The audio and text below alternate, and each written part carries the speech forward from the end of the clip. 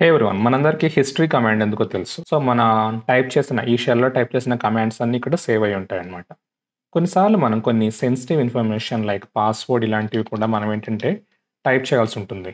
But problem ఏంటంటే ఇవి కూడా మన హిస్టరీలో సేవ్ అవుతాయన్నమాట. సో, ఇలా సెన్సిటివ్ ఇన్ఫర్మేషన్ అన్నీ హిస్టరీలో సేవ్ అవ్వకుండా స్కిప్ అయిపోవడానికి మనం ఏంటంటే ఒక ఆప్షన్ యూజ్ చేయొచ్చు. అదేంటంటే మీరు ఏ కమాండ్ అయితే టైప్ చేయాలనుకుంటున్నారో దాని బిఫోర్ ఒక స్పేస్‌నివ్వండి. స్పేస్ ఇచ్చిన తర్వాత మీరు ఏ కమాండ్ అయితే టైప్ చేయాలనుకుంటున్నారో లేకపోతే ఏపీఐ కీస్, పాస్వర్డ్స్ వీటినన్నిటిని మీరు ఇక్కడ ఇచ్చి ఎంటర్ అంటే ఆ కమాండ్ ఎగ్జిక్యూట్ అవుతది.